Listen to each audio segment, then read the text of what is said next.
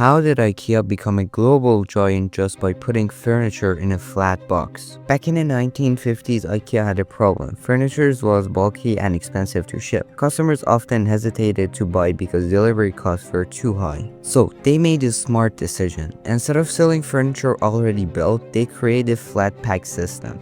Everything came in a box with a simple instruction and customer would build it at home. And this one decision changed everything. Shipping costs dropped, warehouse could store more, and customer felt proud because they built it themselves. So what was the result?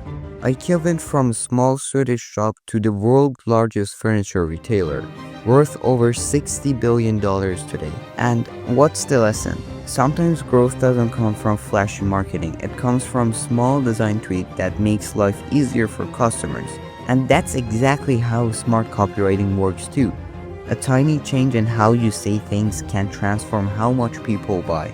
I share valuable lessons here every day that you don't want to miss. So hit the follow. And I'm NOORI, helping businesses grow with AI copywriting. Until the next lesson, goodbye.